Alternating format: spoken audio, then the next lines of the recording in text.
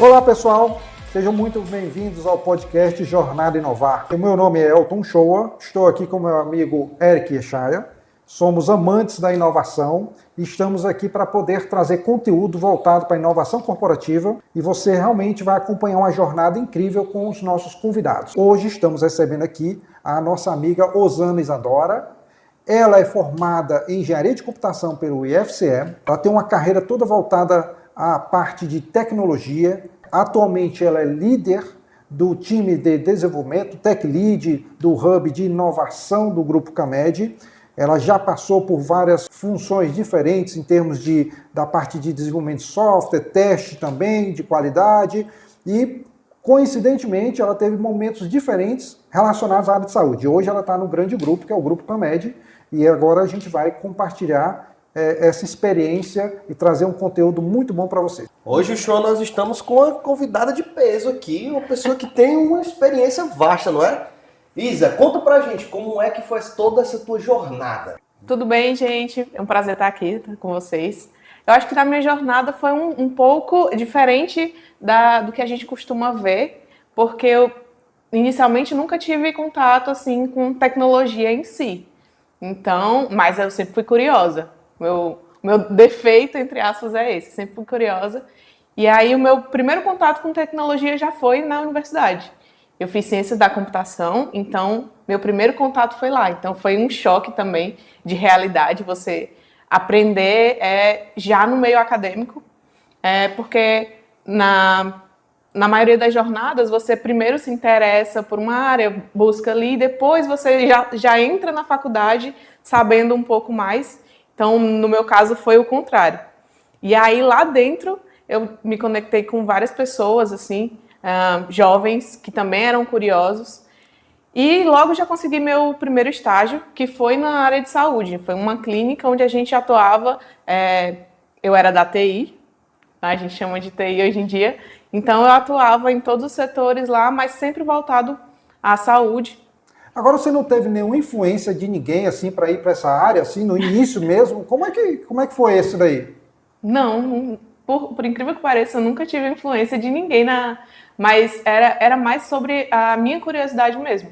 Então, eu sempre quis entender como aquilo funcionava e eu achava muito legal eu conseguir fazer as minhas próprias coisas. Minha própria entendi. Tecnologia. Então, seus pais nunca quiseram que você fosse assim um padrão, não. Assim, não, tem que fazer direito, medicina e tal, essas coisas, não? Não, na verdade, meus pais queriam que eu fosse médica. Então sempre tem aquela carreira tradicional. É verdade. Vida, exatamente, né? O pessoal então, sempre assim, acabo que eu entrei um pouquinho nessa área biológicas, mas através da tecnologia. Bacana. E por ser mulher, como foi essa jornada? Te gerou estranheza logo nos primeiros passos de ver, nossa, não tem muitas meninas aqui, como é que é isso? Como foi isso pra ti? Você quebra o paradigma?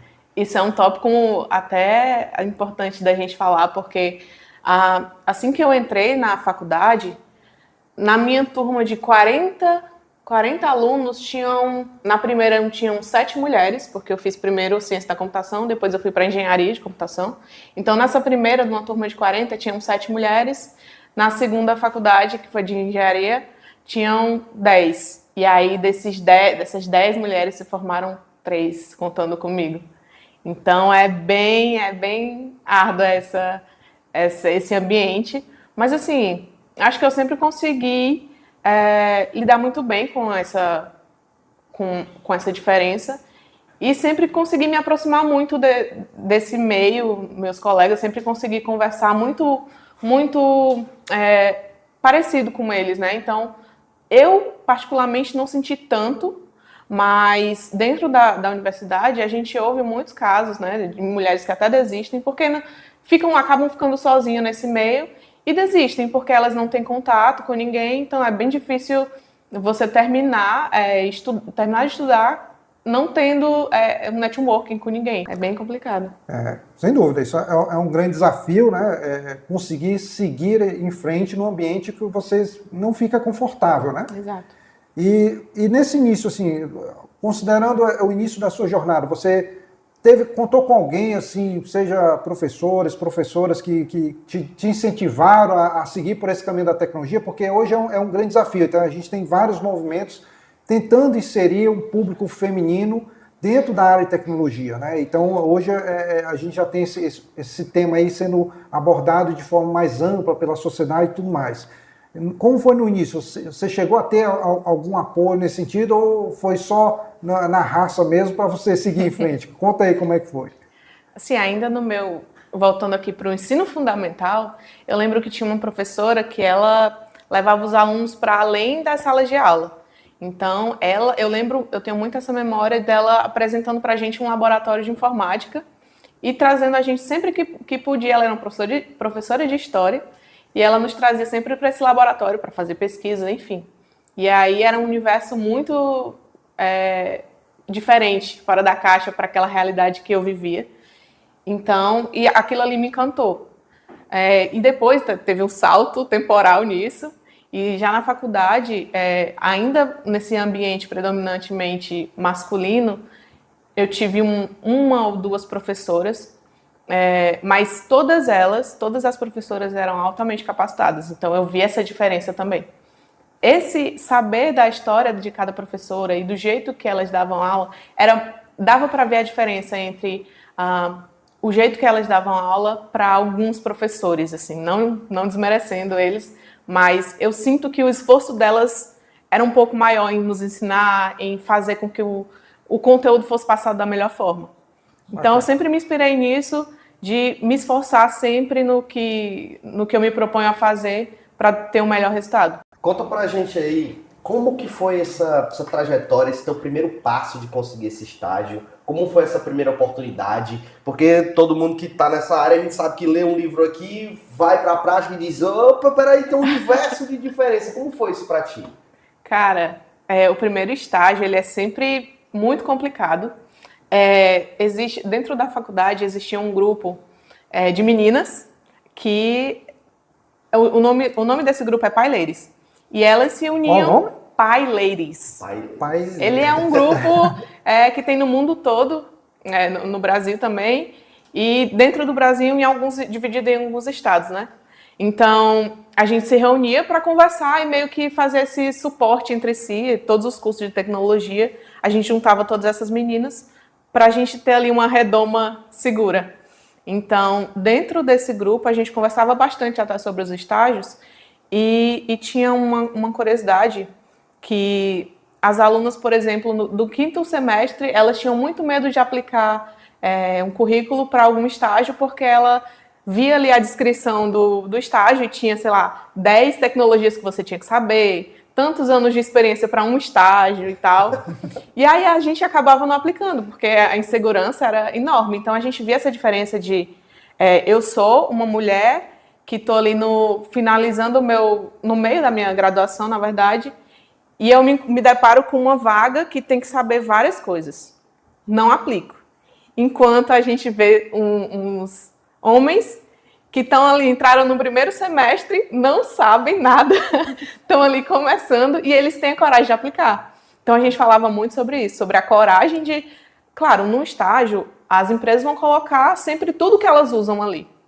Nem sempre ela vai precisar daquilo tudo. A gente brinca que a entrevista de estágio, de emprego, é mais difícil do que o trabalho em si. Então, que a gente tenha coragem de aplicar. Então, o meu foi bem nesse caso, né? Eu estava com muito medo, assim, eu via as vagas e tinha medo de aplicar por insegurança de não saber, não passar no teste. Mas a gente só vai saber testando e errando e falhando até uma hora que vai dar certo. E a gente vai concorrer com pessoas ali também que às vezes aplicaram e não tem a mesma qualidade que a gente. Mas a gente só vai saber se aplicar. Então, no meu caso, foi exatamente isso. Eu já tive coragem, assim, depois de todas essas conversas, apliquei, fiz alguns testes e passei, né? Nesse primeiro estágio, eu não sabia muito o desenvolvimento na prática, assim. O que eu sabia era o que eu tinha aprendido na faculdade, mas aprendi muito nesse estágio. E é isso, é a coragem de aplicar. Acho que é daí que sai aquela fala, né, que todo mundo da TI, a verdadeira sigla, na verdade, é tudo incluso, né? Nunca é tecnologia da informação, né? A gente vai aprendendo um pouco de tudo e no final a gente vira aquele profissional completo, né? Isso, quem nunca, já no teu primeiro estágio, já teve aquele famoso, meu ar-condicionado quebrou, vem aqui, menina da TI, me ajudar. Cara, no meu primeiro estágio, eu, além de fazer desenvolvimento, como era uma empresa pequena, também fazia o suporte, né, dos hardwares. Então, eu recebia várias ligações por dia para ajeitar uma impressora, para ver um computador que não ligava, mas a fonte não estava conectada na tomada. Esse é clássico. Já peguei alguns casos desse. Então, eu digo que eu passei por quase todas as áreas da tecnologia, né? Desde ajeitar uma empresa, ou uma impressora, um ar-condicionado até desenvolver o software da empresa. Não, mas o pessoal não entende de fato, não entende que dentro da área de tecnologia tem várias especialidades, é que nem médico, né? Então a gente tem diversas especialidades e para quem está de fora tudo é a mesma coisa, né? Eu recebi de um diretor de um cliente, por exemplo, há um tempo recente, um pedido para configurar o Windows. Né? Eu estou falando de um negócio recente, sabe? Não estou falando disso na minha carreira, não. Aí eu disse, olha, não sou eu que faço isso. Na verdade, eu nem uso o Windows mais há muito tempo. Sim. Então, é muito difícil, assim, principalmente o pessoal mais antigo, digamos assim, entender o quão grande é a área de tecnologia e quantas áreas possíveis a gente pode desdobrar. Né? Um dos desafios que eu tenho hoje com jovens, né? E você deve conhecer o programa de formação que a gente tem, o Eric também trabalha muito com isso daqui. Isso. A gente tem o Instituto Teslano, onde a gente forma os jovens, e esses jovens são encaminhados, né? Inclusive tem um jovem lá que passou também por essa formação lá com vocês. Então, e na equipe do Eric também tem vários. Qual é o ponto-chave? Todo jovem entra querendo ser programador. Sim. Então, não, para o mundo dos jovens só existe ser programador no mundo de tecnologia. Acho que fazendo até uma alusão aqui, nessa nova geração, ser programador é o novo piloto, né? Porque nos anos 80, 90, você tinha que ser o Maverick. Hoje em dia, ser programador é que é um sucesso no momento. Pois é. E aí o problema é que nem todo mundo tem aptidão, óbvio, né? Nem todo mundo tem aptidão. E quando a gente vai separar esse pessoal, eles iniciam a jornada e a gente começa a mostrar quem tem aptidão e quem não tem, aí depois que o pessoal que não tem aptidão que é convencido a realmente, não é bem assim que eu achava, aí é que a gente começa a abrir outras horas. Dentro da tecnologia, você pode também ser um analista de processo, ser um analista de inovação, você pode também trabalhar no time de vendas. Inclusive, hoje, um dos grandes problemas das grandes empresas de tecnologia é ter no time de vendas pessoas que entendam bem da tecnologia para poder vender bem e gerar resultado. Então, assim, às vezes, você só olha a empresa de tecnologia, só um setor, enquanto você tem várias frentes de atuação, e como o pessoal de vendas ganha comissão, eles eventualmente vão ganhar mais do que o programador, e ninguém sabe disso, né? Então, porque tem a comissão de venda. Então, o ponto-chave é que a gente tem que explicar para as pessoas, né, e sempre compartilhar o grande leque que a área de tecnologia tem, né, de opções, né, incluindo também a inovação, que é onde a área que você chegou atualmente, né? Exatamente. É muito importante isso no começo da nossa carreira, de quem está aí nas faculdades, quem entrou na faculdade querendo ser programador, que experimente outras áreas também. Porque, às vezes, por mais que você tenha aptidão, você pode se encontrar em outra área. Você pode ir para a área de testes, você pode ir para a área de desenvolvimento de IA, que agora está em alta, né? Perfeito. Então, a gente pode experimentar várias. Eu passei por várias áreas da tecnologia, desde de fazer essa manutenção em computadores, fiz também testes de software, passei por essa experiência de qualidade de software. Desenvolvimento é onde eu mais me encontrei, mas também tem muito quais são as suas skills, né? Se você tem mais do hardware skill, do software skill, que a gente pode também desenvolver muito abrangentemente dentro da tecnologia. Isa, hoje você está como tech leader, né, do Grupo Camed. Isso. Queria ouvir um pouco de como é essa tua rotina, como é o tech leader, porque tem tanta gente que cria um misticismo sobre o tech leader que ele já chega batendo na porta com o servidor pegando fogo, dizendo, não, vamos resolver. Conta pra gente como é que é isso. Assim, no começo, tem o peso de você liderar uma equipe e saber que o sucesso ou o fracasso daquela equipe vai muito das decisões que você está tomando. Mas eu tento fazer com a minha equipe de uma forma em que eles são os meus colegas de trabalho. Então, eu conto com a colaboração deles e ouço muito também do que eles têm a falar. A gente muito de igual para igual na nossa equipe, então a gente senta e conversa de igual para igual. Se o problema é esse, a gente vai resolver. A gente não tem muito aquilo de apontar culpados. A gente tem que resolver o problema e depois a gente senta para alinhar a equipe de novo. Então eu acho que essa questão de liderança vai muito de alinhar a sua equipe para uma mesma direção. Então, se você vê que uma pessoa está mais afastada das outras, em qualquer outro sentido, você tem que chamar, conversar, ter uma conversa explícita e aí a gente vai alinhando, colocando essa cultura dentro da nossa equipe, porque a gente tem que ter muito, dentro de uma equipe de tecnologia, principalmente, muito mais do que eu prefiro que a equipe tenha um alinhamento e uma cultura bem definida do que ter o melhor programador do mundo, do que ter a melhor pessoa que está no mercado há 10 anos, que trabalha só com aquela tecnologia e ela domina aquela tecnologia. Eu prefiro pegar uma pessoa que ela tem uma comunicação melhor, que ela tem uma facilidade de lidar com todos os membros da equipe, que ela vai ouvir, que ela vai botar a opinião dela, mas que vai ouvir. Então, eu acho que é mais isso, sabe? O segredo da liderança é você alinhar a sua equipe para ir no objetivo só. Lá vocês têm uma estrutura, um dos pontos que a gente observa no mercado é que a inovação ainda é obscura como as grandes empresas lidam. Cada um lida de um jeito diferente e muitas acabam dando errado o processo de inovação por vários motivos.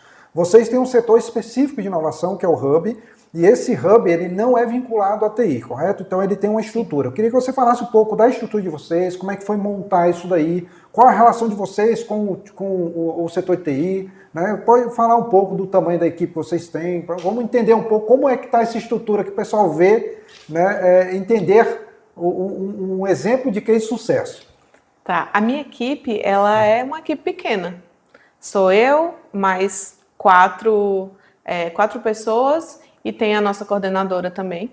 Então, é uma equipe realmente pequena, mas onde todos ali eles têm as suas skills, suas habilidades e a gente tenta fazer com que cada um trabalhe em frentes separadas também, mas todos ali sabem o que está acontecendo nos outros projetos. Então, a gente tem multi-áreas onde a gente atua, mas todos conhecem onde estão trabalhando. A gente é separado do setor de tecnologia em si, da TI, mas também temos muita ajuda deles, né? Assim, eles contam com, no nosso caso, por exemplo, é um setor grande de TI, e eles têm vários analistas e tal, e a gente conta com a expertise dessas pessoas, mas nós somos separados, até porque o nosso hub funciona meio que como um laboratório. Então, a gente tem um espaço ali para testar, fazer novos testes, testar novas tecnologias. A gente tem um espaço ali para errar, também é importante, porque a gente só vai aprender o que é que vai dar certo se a gente tiver a coragem de aplicar. E dentro desses testes, vários testes, a gente vai errar em alguma eventualmente. Então, é muito isso, essa separação é exatamente para isso, para a gente ter um espaço, um laboratório para experimentar as coisas. Também a gente atuar em áreas diferentes. Então, a gente não vai atuar só num setor de tecnologia. A gente não vai fazer um sistema. A gente não vai usar só a programação para isso. A gente pode atuar na melhoria de um processo. A gente pode atuar na melhoria de uma tela que vai otimizar a tantos por cento do trabalho de uma pessoa. Então, na nossa área, não é só sistema, não é só programação. A gente testa várias outras coisas. Percebo que, pela fala da Isa, ela tem um time, apesar de pequeno, como ela citou, mas é um time multidisciplinar, né? Perfeito. Como são as rotinas do dia a dia? Conta pra gente como é a parte de daily, como é a organização do dia a dia. Conta pra nós. O nosso time, ele conta com um desenvolvedor, que ele tem experiência em desenvolvimento mobile. Nós temos agora também 2 estagiários, né? Tivemos um estagiário de UX e UI também, um estagiário de QA, que então ele é especialista em testes, e outro estagiário de desenvolvimento. Então a gente, primeiramente a gente se reúne todos os dias com nossa coordenadora também. Quando ela não pode, a gente faz nossa daily. A gente alinha tudo o que temos para fazer, o que foi feito e o que é que quais são os próximos passos, né, daquele dia. E durante o dia a gente conversa muito também, se alinha muito sobre o que cada um está fazendo. E aí cada um tem sua área de especialidade, mas, por exemplo, o desenvolvedor que fica à frente do mobile, a gente muitas vezes não tem uma demanda para desenvolver um aplicativo. Então a gente estuda. A gente tem muito isso, vamos pegar essa stack aqui, é uma stack boa para esse projeto, então vamos estudar ela e vamos aplicar ela. Então, cada um tem sua especialidade, mas a gente não se restringe a ela. Então, por exemplo, o desenvolvedor de mobile, ele está fazendo agora um desenvolvimento de uma tela. Ele está atuando no front-end, porque a gente viu uma tecnologia, temos um projeto, precisamos de desenvolver uma tela e a gente demandou ele porque era o que estava mais próximo ali, ele ia conseguir mais tempo para estudar e mais tempo, ia ser mais rápido para aplicar. Vai muito da demanda que a gente tem. Por exemplo, o estagiário de QA, também tivemos um projeto voltado para a área de inteligência artificial. Então, a gente colocou ele ali para estudar sobre inteligência artificial primariamente e agora a gente já está colocando ele num projeto para realmente desenvolver. Bacana, bacana. Então, exatamente esse ponto é fundamental. O que a gente está vendo é que você não precisa ter uma equipe grande de inovação para ser eficiente. Você tem que ter uma equipe realmente com conhecimentos complementares, uma equipe muito bem focada, tendo uma cultura forte nisso daí, né? Sim. E eu acho que esse é o ponto fundamental. E vocês são separados até aí, como você falou. Então, vocês se reportam diretamente à presidência, é isso? Aos diretores? Como é que funciona isso? Isso, nós somos ligados diretamente à presidência. A nossa ela é diretamente com eles. Então, tudo que a gente tem que desenvolver, todos os pedidos passam por ele. Nós temos, dentro do Hub, a gente tem uma coisa que a gente chama de régua de inovação. Então, chegam muitas ideias, mas nem todas são aptas a entrar no Hub. A gente tem essa régua de inovação exatamente para isso. Então, quando uma ideia chega, a gente aplica esses projetos pela régua de inovação, a gente pontua elas para ver se elas estão aptas a entrar no Hub, e aí a gente passa para a nossa diretoria, e elas vão aprovar também elas. Então, a gente define junto com a diretoria qual a ordem de prioridade daqueles projetos, e quais deles a gente vai atacar primeiro, quais deles a gente vai dar uma celeridade maior, e todos os nossos projetos realmente passam por eles. A gente se reporta direto a eles por exemplo, eu quero fazer um projeto, esse projeto não entrou na régua de inovação, mas a gente lá dentro teve uma ideia e a gente quis levar a diretoria, pô, legal, então vamos aplicar, vamos fazer isso. Então é assim que funciona lá dentro do nosso Hub. Ah, que legal, que legal. Conta pra gente aí alguns dos desafios que você passou já nessa jornada como Tech Leader, aquele projeto que era para terminar assim em uma semana, um projeto de uma semana não é projeto, né? Mas um projeto de 1 mês, 3 meses, que acabou sendo muito maior do que você imaginava. Conta pra gente como foi isso aí. Sim, a gente teve algumas dessas histórias aí, mas assim, o maior desafio não foi usar a tecnologia, não foi o desenvolvimento, não foi fazer com que um estagiário aprendesse a tecnologia para fazer. Não. O maior desafio foi comunicação, foi a questão de lidar com outras pessoas. Então, a gente muitas vezes é barrado, a gente precisa esperar o tempo de uma outra área para conseguir atuar. O nosso grande desafio em termos de desenvolvimento em tempo de desenvolvimento, em tempo de entregar uma solução, realmente foi a questão de comunicação e lidar com as outras áreas mesmo, porque a gente não pode chegar também numa área e dizer que vai ser assim, assado, a gente precisa da opinião deles, a gente precisa que eles avaliem, a gente precisa que eles testem. Então, depois que a gente desenvolve, a gente precisa passar por uma homologação, e muitas vezes nessa idas e vindas desse projeto para as nossas mãos e para as mãos deles, da área, existem ruídos de comunicação, existem etapas que a gente precisa parar e rever aquele projeto. Então, os nossos maiores desafios foram nesse âmbito, assim, de comunicação, desses ruídos, sabe? Ah, bacana. Entendemos aí as dificuldades também, acho. Não Entendemos bem a sua dor. Quem será que nunca ouviu falar disso, né? Aquela batalha do A ego, batalha, que isso. muitas vezes, eu quero do meu jeito, eles olham, mas o seu jeito demora mais, custa mais, não, mas tem que ser assim, vamos negociar, isso aí é realmente muitas vezes a gente acaba tendo que ceder, né? Porque a gente não pode forçar também. Imagina, uma empresa está atuando há X anos e seguindo aquele mapazinho, né? E aí entra uma área com jovens e que vão ditar as regras ali para... eles estão dizendo que isso é melhor, mas eles não têm experiência. Eles não têm a experiência que a gente tem. Então é muito difícil fazer com que eles entendam que a gente também é capaz de propor uma solução nova para eles, até porque o Hub de Inovação está ali para isso. Se for para fazer as mesmas coisas, a gente não existiria. Não tem como você mudar, não tem como uma empresa mudar se você continuar no mesmo caminho. A gente precisa desse clique, dessa revolução, mudar ali qualquer coisinha que seja na área, uma pequena coisa que você faça, vai mudar ali no futuro, mas fazendo ali X horas por dia, mexendo no mesmo sistema, aquilo você não vai mudar, entende? Você precisa aceitar um pouco da inovação para você conseguir avançar na sua área, na sua empresa. E você falou da escolha dos projetos, da régua e tudo mais. Assim, quais são os pontos que vocês consideram, assim, que você avalia que é mais interessante? Tem alguns pontos que são mais fortes na escolha desses projetos? O que chama mais atenção para vocês escolherem? Ou a decisão é da diretoria? Como é que funciona isso? Explica um pouquinho mais para a gente esse critério, né? Esse critério de avaliação. Qual é o bom projeto para ir para o Hub de Inovação? Como é que acontece isso? Essa é uma boa pergunta. Muitas vezes a gente passa um projeto pela régua de inovação e o projeto vai lá para cima. Então, dentro da régua de inovação, a gente tem alguns critérios como... primeiro, essa ideia é uma ideia inovadora? Ela existe no mercado?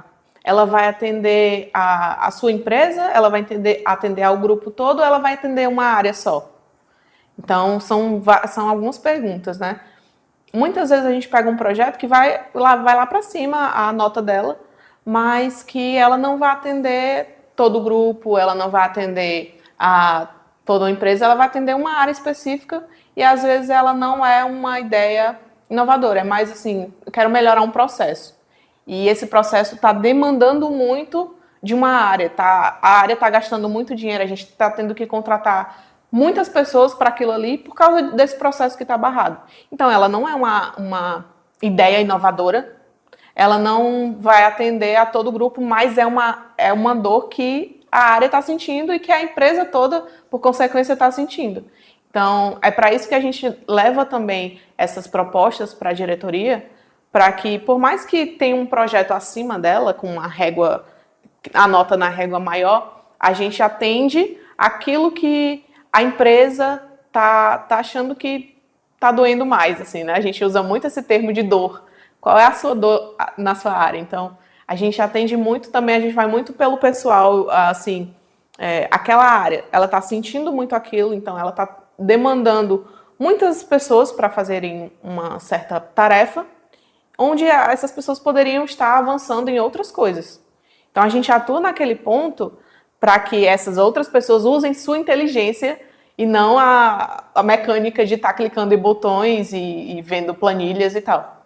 A gente usa muito essa técnica de avaliar qual a dor maior dessa área e a gente leva, claro, para a diretoria para eles avaliarem se concordam com a gente ou não, ou se realmente a gente vai partir para uma outra ideia. Muito da sua fala, Isa, que eu percebo é que vocês estão tão conectados à parte da diretoria que esses critérios, muitas vezes, eles oscilam de acordo com o ano, baseado nos desafios estratégicos, né? Que foram estabelecidos. Então, se em um ano a diretoria determinou, olha, o nosso foco aqui é redução de custo, a gente vai focar em aumentar essa eficiência operacional, tentar aumentar a CAMED, né? Aumentar a nossa produtividade, né? Em todos os nossos departamentos. Então isso já altera o teu critério, você já vai pesando isso, né? Na hora de selecionar. Exato. A CAMED, ela tem projetos estratégicos muito bem definidos. Então, é uma cultura deles. Todo ano é definido definido projetos estratégicos para atuar nos grupos, nas empresas do grupo. Então, também o Hub ele está ali para ajudar a cada um desses projetos. Então, já foi definido que se você tem um projeto estratégico, você vai conversar com a gente para a gente ver se a gente consegue atuar no teu projeto, consegue te ajudar. Então, esses projetos estratégicos ajudam muito também o Hub a atuar dentro deles, porque todo ano a gente tem um foco. Então, a gente consegue melhorar a nossa atuação, melhorar o que é que a gente vai fazer naquele ano, o que é que a gente vai ajudar, qual a área que a gente vai ajudar, qual a área que está sofrendo mais, qual a área que está empatando mais outros processos de acontecerem. Então, é isso. Perfeito, perfeito. Vocês são focados no intraempreendedorismo, né? O modelo, até para a gente deixar claro para quem está ouvindo, né? Hoje a gente tem no mercado dois modelos de inovação que são mais adotados pelas grandes empresas. Um é o intraempreendedorismo, onde se foca no hub de inovação e no desenvolvimento dos talentos da casa. E o outro é a inovação aberta, onde a empresa pega os desafios, joga para fora e espera que alguma startup aí consiga resolver, né? E vocês estão caminhando muito bem pelo intraempreendedorismo, mas em algum momento vocês têm contato com startup ou alguém comenta sobre isso, sobre inovação aberta, mesmo vocês dando resultados já consistentes com o intraempreendedorismo? O que você avalia isso daí? Nós funcionamos como se fôssemos um fornecedor para a própria empresa. Então, ela nos apresenta a dor e a gente faz a solução e entrega para elas. Mas muitas vezes a gente tem esse contato com outras startups, outras empresas, até para a gente saber o que é que está acontecendo no mercado. A gente faz dentro desses projetos estratégicos, a gente faz pesquisas também no mercado para saber se aquela empresa, aquela startup já tem uma solução que vai nos atender e que também não vai impactar tanto no nosso ROI. Então, a gente vê se aquela solução a gente consegue desenvolver em X tempos e vai custar X dinheiros, digamos assim, a gente resolve desenvolver também. Tem muito esse lado. Mas a gente também consegue fazer algumas entrevistas com algumas startups, ver as soluções que elas estão apresentando no mercado. Mas, assim, dentro do empreendedorismo, a gente opta por fazer pela empresa. Então, como nossa equipe não é tão grande, a gente não consegue pegar tantos projetos de uma só vez, né? Para fazer uma esteira. E aí, em alguns casos, a gente opta por alguns desses fornecedores, algumas dessas startups. A gente tem um contato com elas, até para a gente saber o que é que está acontecendo no mercado, não ficarmos só ali dentro, né? Mas a gente opta por desenvolver a solução dentro da nossa própria empresa, porque o ROI vai ser bem melhor do que a gente gastar com uma solução extra, né? Uma solução fora da nossa empresa. E tem outro detalhe também, que dentro do nosso hub, a gente faz o produto personalizado para a área, para a empresa em si. Então, a gente tem muitos casos em que a gente vai olhar para o mercado e eles têm uma solução, mas é uma solução muito geral. Então, vai funcionar. Eles ditam as regras, assim, né? Então, você tem esse problema, eu tenho essa solução aqui. Se você quiser aceitar, é assim. E você vai pagar tanto. E aí, em alguns casos, quando é aceito isso, a gente vê o impacto no futuro. Porque se eu precisar de qualquer coisa personalizada, eu vou ter que pagar mais. Eu vou ter que pedir, vou ter que depender daquela empresa ali, daquele fornecedor, para poder me dar o resultado que eu queria, customizado para o meu setor, para a minha área. Então, essa também é um pouco da diferença do Hub, em que ele vai atuar especificamente para você. Ele vai fazer um produto personalizado para você. E caso a gente faça um produto e no futuro você precise de uma alteração, você precise adicionar coisa, retirar, a gente está ali também, sabe? É só subir no andar e bater na nossa porta e a gente senta e faz uma reunião. Olha, uma das coisas que a Izzy comentou muito bem é essa essência do conceito do intraempreendedorismo. Porque quando é o core da sua organização, não faz muito sentido você abrir para quem está de fora. Perfeito. Isso tira o teu diferencial competitivo. Então, Sem como a dúvida. equipe dela, ela pontuou muito bem. A gente é focado nos principais objetivos da organização. Então, se eu quero um projeto, como ela muito bem comentou aqui, né, personalizado, que caiba direitinho no meu negócio para atender e gerar esse diferencial, eu faço em casa. Claro. Porque quando eu abro isso para o mercado e começo a pagar, isso aí vale para quem está ouvindo aqui o nosso podcast, começo a pagar para aquele meu fornecedor melhorar a ferramenta dele, no dia que você romper esse contrato, o teu concorrente contrata o que você pagou. Então você inovou para o concorrente.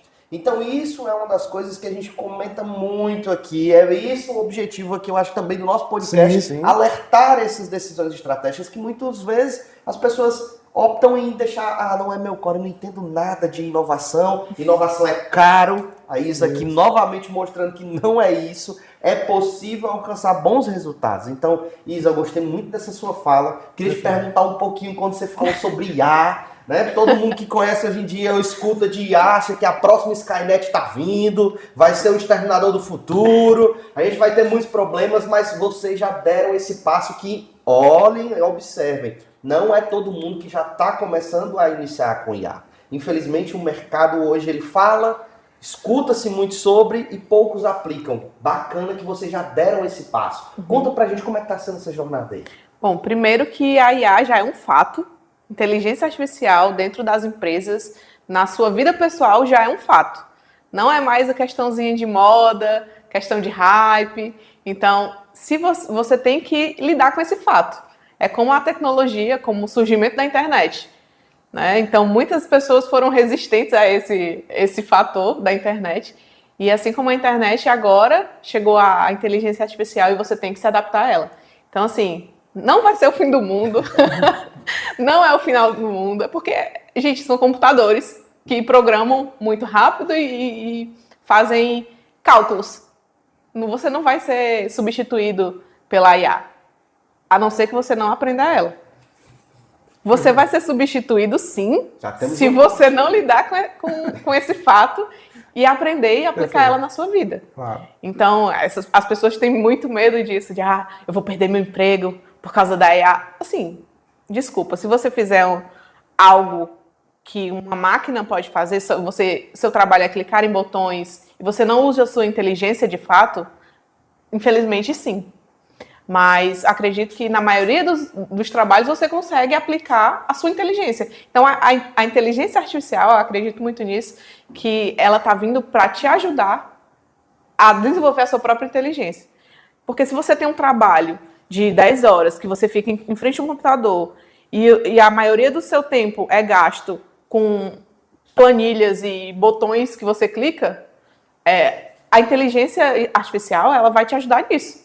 Ela vai te ajudar nessas automações, nessas decisões que um cálculo simples consegue fazer. Agora, a sua inteligência que vai ser aplicada naquele sistema, isso não vai ser substituído. Então, dentro do nosso hub, a gente já começou a estudar sobre desenvolver a sua própria inteligência artificial e usar tecnologias do mercado que nos ajudam a ser mais rápidos, a fazer uma solução mais rápida. Tem aí o uso de ferramentas de automação que realmente assim, é revolucionário. Você consegue fazer qualquer coisa, automatizar qualquer coisa, usando uma simples ferramenta e usando a sua inteligência para desenvolver um prompt de IA lá, dentro de um agente. Então, eu vejo a IA como uma revolução, mas uma revolução que vai nos ajudar muito, sabe? A gente vai parar de perder tempo com processos de cliques, de botões, de analisar planilhas, para realmente aplicar a nossa inteligência a algo que vai ajudar a gente a desenvolver nosso intelecto, ajudar a gente a desenvolver dentro da empresa, sabe? E vocês já têm algumas ferramentas que vocês estão usando mais para caminhar por isso daí, se puder falar, claro, né? Vou até anotar.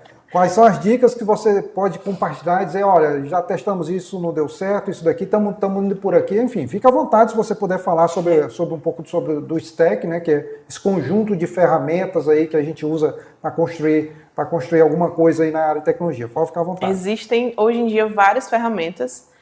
Se a gente for procurar, elas aumentaram, assim, exponencialmente, né? Então, a gente tem que ter muito cuidado também com as ferramentas que a gente escolhe, porque às vezes pode ser que ela dificulte o nosso trabalho. Mas existem outras muito boas também. E a gente também opta por ferramentas open source, onde a gente tem acesso àquele código, a gente sabe o que é que está acontecendo e a gente não tem um custo muito alto dentro desse desenvolvimento, né? Então, ajuda também com o nosso ROI no nosso desenvolvimento. Uma ferramenta de automação muito boa que a gente está usando é o N8N. Então, ela é a melhor do mercado, digamos assim. Tem outras também, mas a que melhor se adapta à nossa realidade, a nossa realidade hoje em dia é o N8N. Então, dentro dessa ferramenta, a gente consegue ligar vários outros pontos. Então, essa ferramenta ela serve para você fazer automações, criar um fluxo de automações, e dentro dela você consegue aplicar inteligência artificial. A gente consegue usar agentes, a gente consegue usar modelos de inteligência artificial, GPT, Gemini, Copilot, o Grok, o Llama, vários outros, vai depender do seu projeto, o que é que você vai querer usar. Você consegue usar banco de dados dentro dela, isso é muito legal. Você consegue usar banco de dados vetorial, você consegue conectar a um site específico, você consegue conectar a APIs, isso é muito legal também. Então, você consegue construir sua própria API e fazer uma automação dentro dela. Então, a gente usa essas tecnologias como o N8N, como alguns modelos de IA, do Gemini, agora a gente está usando ele. E é isso, tem infinitas ferramentas assim que eu poderia falar. Não estamos utilizando agora, mas é um que a gente já está tentando, estamos estudando. Tem a Evolution, que é para conectar com o WhatsApp, tem o Chatwood, e o Chatwood é maravilhoso porque a gente consegue fazer com um canal de comunicação. Então, tudo que entra de comunicação de lead para a sua empresa, por exemplo, pelo Instagram, pelo Facebook, pelo WhatsApp, a gente consegue conectar com o Chatwood e fazer um gerenciamento ali daquele canal e fazer com que uma IA atenda os seus clientes, seus leads. Tratem ele antes de você colocar um humano para tratar. Então, muitas vezes a pessoa tem uma dúvida só, quer saber quanto custa um produto, por exemplo. Você alimenta a inteligência a sua inteligência com o seu próprio mercado, assim, a inteligência da sua empresa. Você alimenta a IA com isso e aí o cliente chega, pergunta no Instagram quanto custa isso. A sua IA ela já tem isso aprendido, porque a gente já passou para ela todos os documentos, toda a nossa documentação, e ela vai te responder. E aí você pode programar a sua IA para atender, fazer um fechamento de venda, por exemplo, do começo ao fim, sem colocar humano. Mas, por exemplo, se o cliente forçar, eu quero ser atendido por um humano, simples, você encarrega aquela tarefa para uma pessoa, um atendente, que está ali pronto para te receber também. Muito legal. Maravilhoso esse mundo. Eu tenho uma curiosidade, porque um dos pontos que eu tenho observado nas grandes empresas é que da mesma forma que lá atrás a gente precisou trabalhar a cultura de inovação para o pessoal entender, eu vejo que também vai precisar ser feito um grande trabalho de cultura de IA dentro da empresa para que os setores possam entender os benefícios e possam quebrar barreiras para ficar mais fácil avançar. Como é que você está sentindo isso, né? O Grupo Comédia é um grupo grande, são 4 grandes empresas, é isso, né? Isso. A atuação em nível nacional, ligada, para quem não sabe, é ligado ao Banco do Nordeste, então é uma estrutura muito robusta, muito grande, né? O plano de saúde atende aí um conjunto muito grande de usuários. Então, como é que você está vendo isso numa estrutura tão grande assim, os desafios para a IA avançar dentro do corporativo? O Grupo Camed, ele é gigante, né? Ele é gigantesco, ele atende aos funcionários do Banco do Nordeste. Ele tem as 4 empresas, como você falou, nós temos a Camed Saúde, que realmente é uma das maiores do Norte e Nordeste. Temos a Camed Corretora, que também é uma das maiores do Nordeste. Nós temos uma creche, então os funcionários do banco, ela funciona lá dentro do banco, então os funcionários que vão lá trabalhar deixam sua criança lá dentro da creche.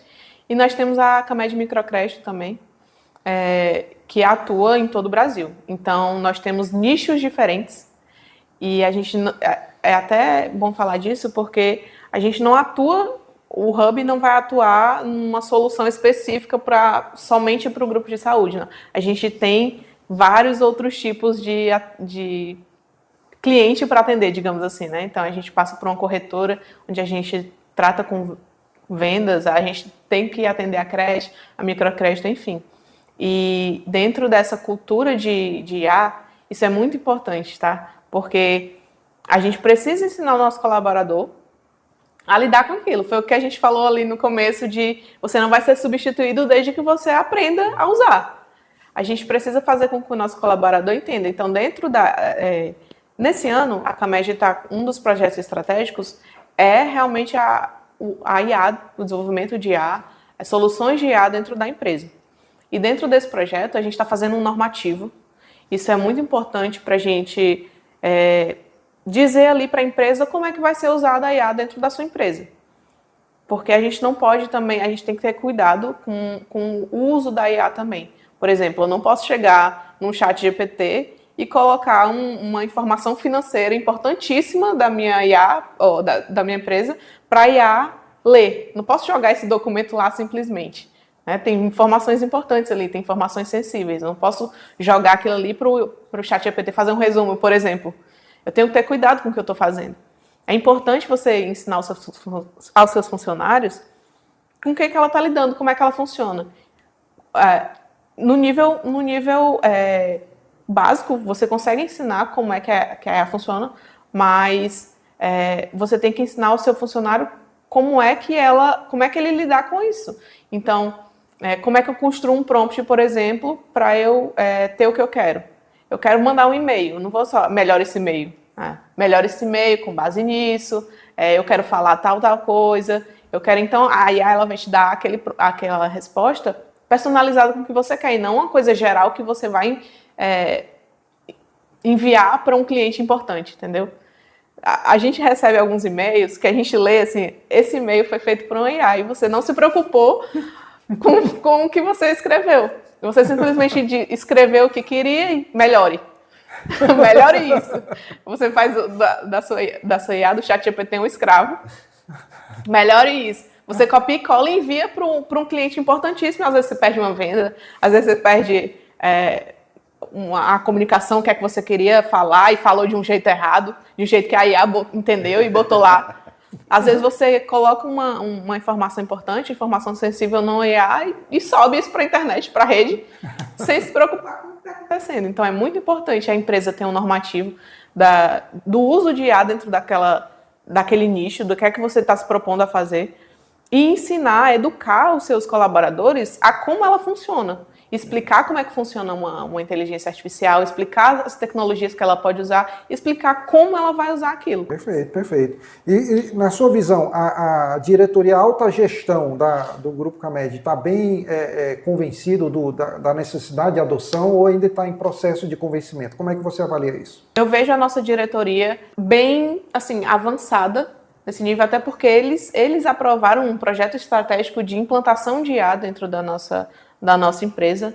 O nosso diretor, ele é muito ligado com tecnologia, então nos ajuda muito até quando a gente quer defender algo e a gente explica para ele sabe muito também sobre isso. Eles estão começando a aceitar, começando a ver os impactos da inteligência artificial.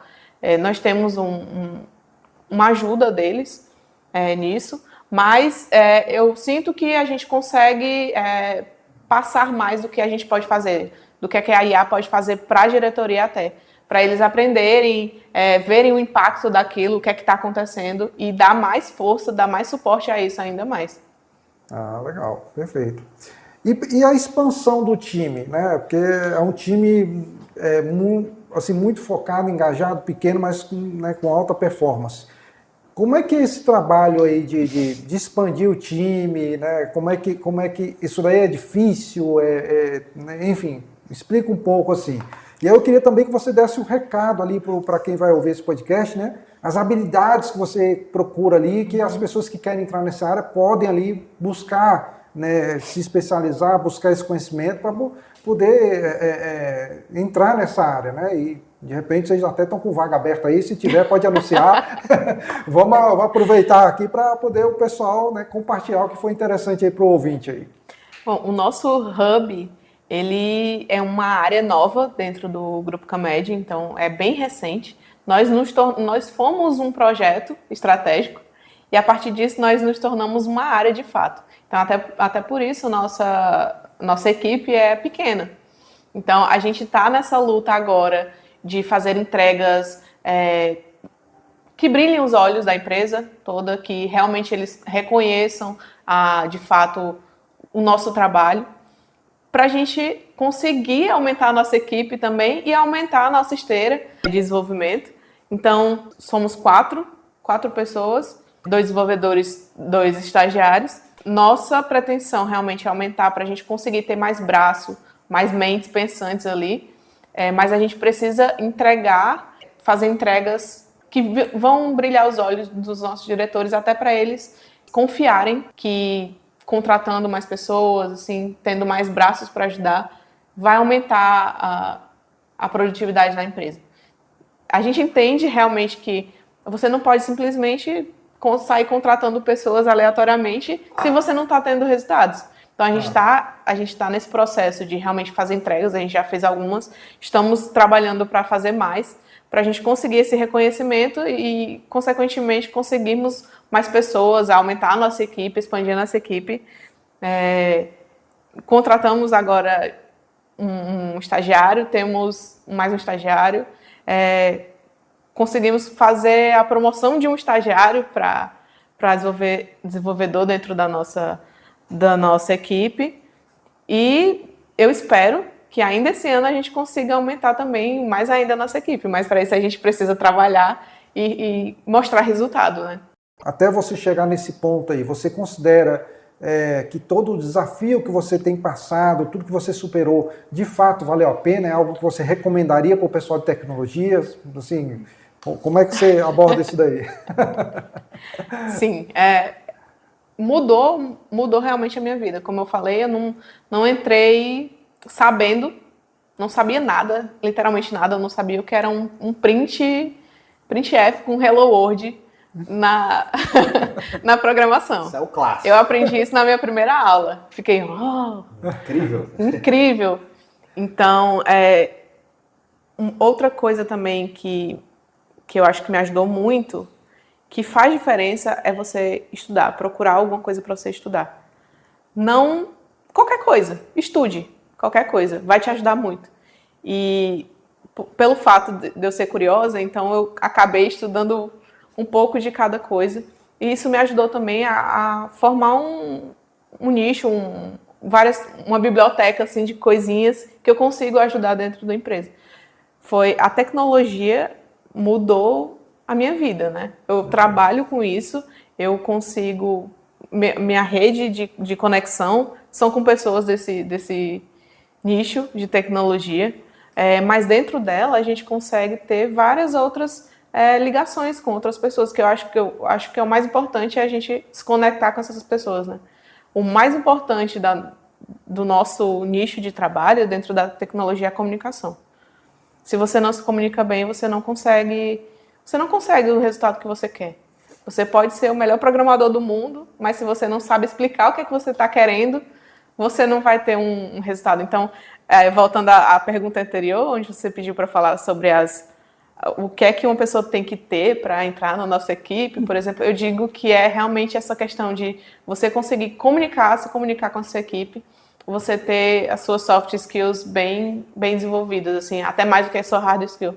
Porque você vai entrar ali na equipe sem saber muito sobre a tecnologia em si, sobre desenvolvimento em si, mas não tem problema, a gente senta ali e você aprende. Você tem tempo para estudar, se você tiver interesse para estudar, vai contar muito mais do que realmente você já saber tudo ali.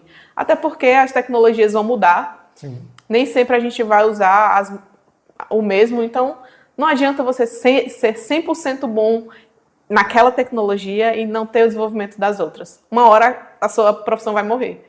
Se você não se desenvolver, se você não tiver essa capacidade de estudar, sentar e ver o que está acontecendo no mercado, ter a curiosidade de saber o que é que está acontecendo, se você não se comunicar com outras pessoas também, para conversar, saber como é que está acontecendo na tua empresa, o que é que está acontecendo na tua faculdade, o que é que vocês estão estudando, como é que está funcionando isso, quais são as linguagens que você está usando, por que você está usando isso. Então, eu acredito que o relacionamento entre essas pessoas e o poder da comunicação é muito maior do que você saber uma linguagem de programação. Perfeito, perfeito. Isa, estamos chegando ao fim do nosso programa. A gente poderia passar muito mais tempo conversando aqui sobre inovação, aqui algumas horas, mas a gente tem o tempo a cumprir. Eu quero agradecer realmente de coração aqui por você ter aceito o nosso convite. Eu sei que você está na correria, está voltando para o Rio de Janeiro, né? Agora está carioca. Agora nova carioca aqui e tal. Mas é isso. A gente fica realmente muito feliz com esse momento que você proporcionou para a gente, para o público que vai acompanhar, certo? Também aproveito para agradecer Nós estamos aqui fazendo esse podcast porque a Unifametro disponibilizou uma infraestrutura incrível aqui para a gente, então temos esse apoio da Unifametro para a gente poder fazer e levar esse programa para vocês aqui, para levar conteúdo de qualidade. Encerramos nossa apresentação. Fique à vontade para falar as suas últimas palavras, para a gente poder fazer o encerramento. Eu que agradeço essa oportunidade. É muito importante a gente estar falando sobre isso aqui, principalmente falando de tecnologia, principalmente para as pessoas do Ceará. A gente ainda está um pouco assim, afastado do que deveríamos estar, mas eu acho que aqui dentro do nosso estado tem talentos bons, a gente consegue lapidar essas pessoas também, para a gente crescer e ser um dos maiores nichos de tecnologia no Brasil. É muito importante a gente estar falando isso para as empresas também, para elas investirem no intraempreendedorismo das próprias empresas delas. Então, a sua empresa só vai ter ganhos se você investir na sua própria empresa. Não adianta você estar olhando para o mercado, como o Eric nos falou bem, né? Você vai estar investindo, colocando a inteligência do seu nicho, da sua empresa, dentro de outros fornecedores que vão vender lá para fora. Então, vão para São Paulo com a tua ideia. E a tua ideia podia estar sendo desenvolvida aqui e você vendendo para fora, entende? Perfeito. Entende? Então, é muito importante esse podcast aqui, essa conversa que a gente está tendo, para as empresas entenderem isso e investirem em jovens também. É muito importante as empresas terem essa coragem de investir em pessoas que estão no começo, porque você consegue moldar essas pessoas com a cultura da tua empresa. Então, você montar uma área de tecnologia ali com pessoas que já vêm no mercado há 30 anos, elas vão entrar, claro, vão te ajudar com a inteligência que elas têm, mas elas vão vir com muitos vícios também. E às vezes vícios que você não quer dentro da sua empresa. Então, invistam em jovens que estão começando a sua carreira, vocês vão conseguir moldá-los, vocês vão conseguir colocar a cultura da empresa de vocês dentro dessas pessoas que vão ajudar a empresa de vocês a crescerem de fato. Então, invistam na inteligência de vocês. Show de bola, muito bom.